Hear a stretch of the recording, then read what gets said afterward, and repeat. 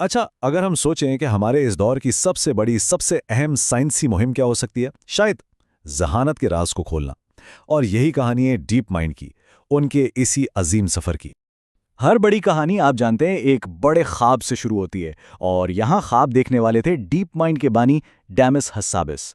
उनका एक ही जुनून था, एजीआई यानी आर्टिफिशियल जनरल इंटेलिजेंस को हकीकत बनाना। एक ऐसी एआई जो बस छोटे मोटे मसले हल ना करे बल्कि साइंस के सबसे बड़े, सबसे पेचीदा मसलों को सुलझा दे। तो सवाल यह है कि आखिर ये एजीआई चीज क्या है। देखिए, एक ऐसी एआई तसव्वुर करें जो सिर्फ एक काम में माहिर ना हो, जैसे शतरंज खेलना या मौसम का हाल बताना। नहीं, बल्कि एक ऐसी एआई जो कोई भी जहनी काम सीख सकती है जो एक इंसान कर सकता है। मतलब हम एक स्पेशलिस्ट नहीं, एक ऑलराउंडर बनाने की बात कर रहे हैं, एक हकीकी सीखने वाली मशीन। लेकिन शुरू में ये मिशन ना एक किस्म का पागलपन लगता था, सच में। उस वक्त तालीमी हलकों में एआई का जिक्र करना भी आप जानते हैं थोड़ा अजीब समझा जाता था। कोई इसे संजीदा साइंस नहीं मानता था। और सरमायाकार, उनका तो बस एक ही सवाल होता था, चलो ठीक है, बहुत ज़बरदस्त आइडिया है, पर इससे पैसे कैसे बनेंगे भाई। तो अब हम बात करेंगे एक बेहतरीन ट्रेनिंग ग्राउंड की, कैसे वीडियो गेम्स एक नई किस्म की जहानत के लिए आजमाइशगाह बन गए। तो टीम ने एक बहुत ही होशियार कदम उठाया। उन्होंने अपनी एआई को ट्रेन करने के लिए वीडियो गेम्स का इंतखाब किया। अब सवाल यह है, वीडियो गेम्स ही क्यों? क्योंकि गेम्स आप जानते हैं एक बेहतरीन कंट्रोल्ड माहौल है, एक महफूज खेल का मैदान जहां एक नई जहानत को परवान चढ़ाया जा सकता था बगैर किसी हकीकी दुनिया के खतरे के। लेकिन इस सब के बीच एक बहुत ही बुनियादी सवाल खड़ा था। आखिर एक मशीन को बिल्कुल जीरो से, शुरू से सीखना सिखाया कैसे जाए? और इसका जवाब था रीइंफोर्समेंट लर्निंग। इसका तस्वुर बहुत सादा है, बिल्कुल वैसे ही जैसे हम किसी बच्चे को सिखाते हैं। एआई कोई एक्शन लेती है, माहौल को देखती है और उससे इनाम मिलता है या सजा।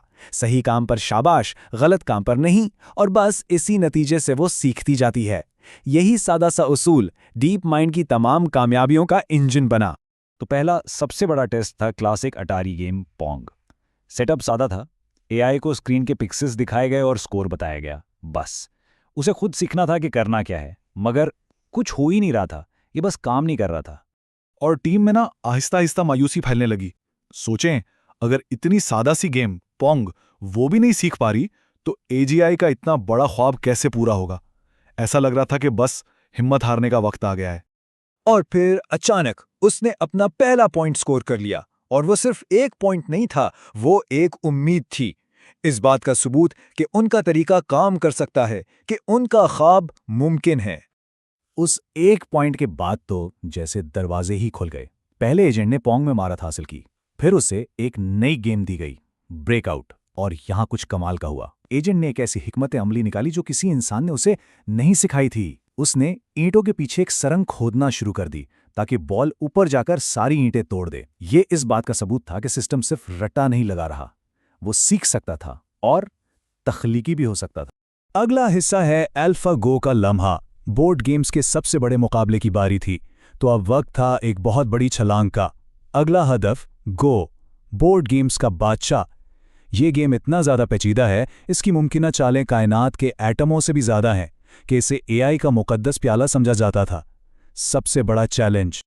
और फिर वर्ल्ड चैंपियन ली सेडोल के खिलाफ मैच में अल्फागो ने वो कर दिखाया जिसने सबको हिला कर रख दिया, मूव 37। ये तारीख में ऐसे ही याद रखी जाती है। ये सिर्फ एक होशियार चाल नहीं थी, ये एक तख्लीकी थी। एक ऐसी चाल जिसने गो के माहिरीन को, जिन्होंने अपनी पूरी जिंदगी इस खेल को दी थी, उनको भी हैरान कर दिया। माहिरीन के मुताबिक इस बात का इम्कान कि कोई इंसान ऐसी चाल चले 10,000 में से सिर्फ एक था। अल्फागो की इस जीत का असर पूरी दुनिया पर हुआ।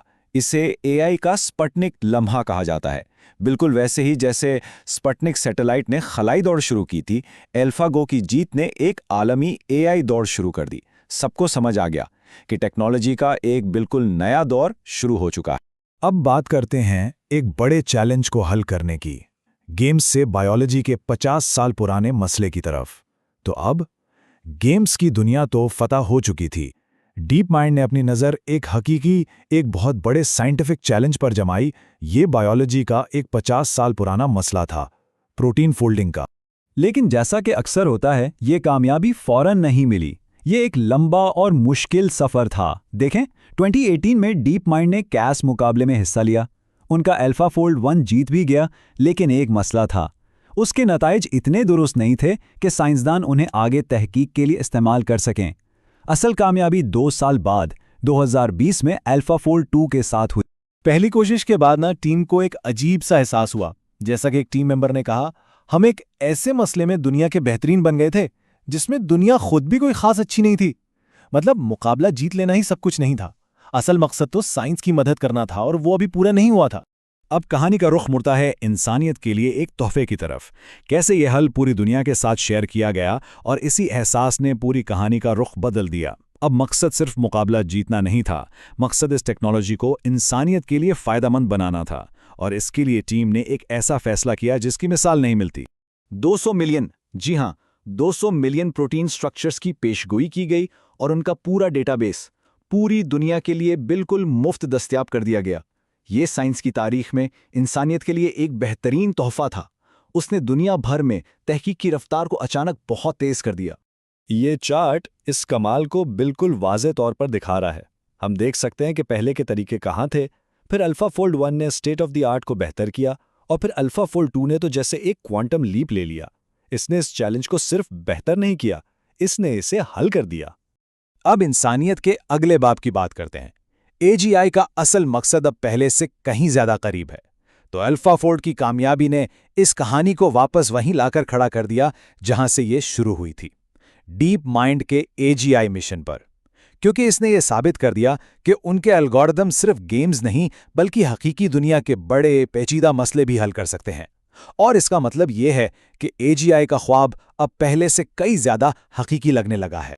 AGI का मुमकिना असर इतना गहरा है कि कहा जाता है कि जब AGI आएगी तो वो इंसानी तारीख को 2 हिस्सों में तकसीम कर देगी, AGI से पहले का दौर और AGI के बाद का दौर।